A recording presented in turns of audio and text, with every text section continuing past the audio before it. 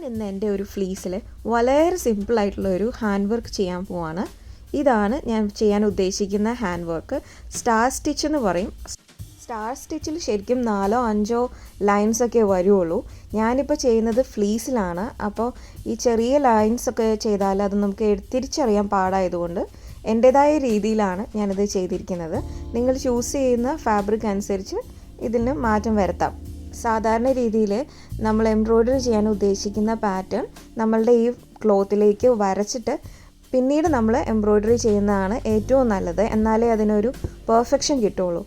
പക്ഷേ ഇവിടെ ഇപ്പോൾ ഞാൻ വർക്ക് ചെയ്യുന്നത് ഫ്ലീസിലാണ്. കുറച്ച് കട്ടിയുള്ള തുണി ആയതുകൊണ്ട് എനിക്കിതിൽ വരച്ചിട്ട് ചെയ്യാൻ ഭയങ്കര പാടാണ്. അതുകൊണ്ട് ഞാൻ ഒരു ഇമാജിൻ ചെയ്തിട്ടാണ് ഈ പാറ്റേൺ ക്രിയേറ്റ് ചെയ്യുന്നത്. ഞാനിവിടെ പറയുന്നത് കേൾക്കുമ്പോൾ വിചാരിക്കുക എന്തോ വലിയ എംബ്രോയ്ഡറിയാണ് ഇവിടെ ചെയ്യുന്നതെന്ന്. ഒന്നുമല്ല, വളരെ സിമ്പിളായിട്ടുള്ളൊരു ഹാൻഡ് വർക്കാണ് നമ്മളിവിടെ ചെയ്യുന്നത്. ഞാനിത് ചെയ്യാൻ വേണ്ടി ഉപയോഗിച്ചിട്ടുള്ളത് ബ്ലൂ കളർ ത്രെഡാണ്. ആങ്കറിൻ്റെ ത്രെഡാണ് യൂസ് ചെയ്യുന്നത്. ഈ ത്രെഡ് നമുക്ക് ആമസോണിൽ അവൈലബിൾ ആണ്. നമ്മൾ ഉദ്ദേശിക്കുന്ന സ്റ്റാറിൻ്റെ വലുപ്പം അനുസരിച്ച് അതിൻ്റെ സ്റ്റിച്ചുകളുടെ എണ്ണവും നമുക്ക് കൂട്ടാം. ഞാനിവിടെ ഒരേ വലുപ്പത്തിലല്ല ചെയ്തിട്ടുള്ളത്. വലുതും ചെറുതുമായിട്ടുള്ള സ്റ്റാറുകളാണ് ഉണ്ടാക്കിയിട്ടുള്ളത്.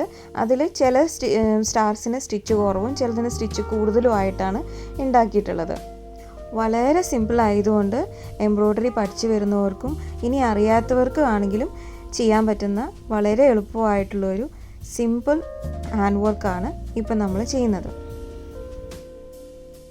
ഈ ഒരു ഡിസൈൻ നമുക്ക് ഏത് ഡ്രസ്സിൽ വേണമെങ്കിലും ചെയ്യാവുന്നതാണ്.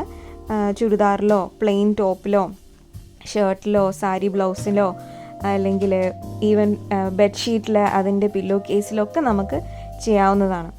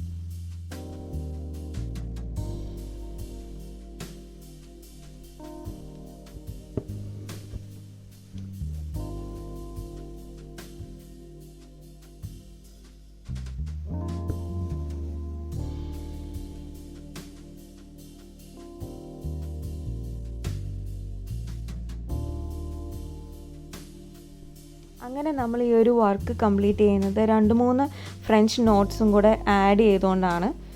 ഇതാണ് ആദ്യത്തെ ഫ്രഞ്ച് നോട്ട്. 2-3 തവണ നമുക്ക് നൂല് കറക്കിയിട്ട് അതിൻ്റെ നോട്ടിൻ്റെ വലിപ്പം കൂട്ടുകയോ കുറയ്ക്കുകയോ ചെയ്യാവുന്നതാണ്. ഈ ഒരു പാറ്റേൺ തയ്ക്കാനുള്ള എളുപ്പത്തിന് വേണ്ടിയിട്ടാണ് ഞാൻ സ്റ്റാർ സ്റ്റിച്ച് വെച്ചിട്ട് തുടങ്ങിയത്. അങ്ങനെ വരുമ്പോൾ നമുക്ക് അതിനൊരു ഔട്ട്ലൈൻ കിട്ടും. എന്നിട്ട് കൂടുതൽ ആ ഒരു സ്റ്റിച്ച് ആഡ് ചെയ്താൽ മതി. ഏറ്റവും ഒടുവിലേക്ക് വരുമ്പം ഇങ്ങനെ ഒരു പാറ്റേൺ നമുക്ക് കിട്ടും. ഈ ഒരു വീഡിയോ നിങ്ങൾ എൻജോയ് ചെയ്തിട്ടുണ്ടാവുമെന്ന് വിശ്വസിക്കുന്നു. നിങ്ങൾ ഇതുപോലെ ട്രൈ ചെയ്യുക. അപ്പോൾ അടുത്ത വീഡിയോയിൽ കാണുമ്പോഴേക്കും ബൈ.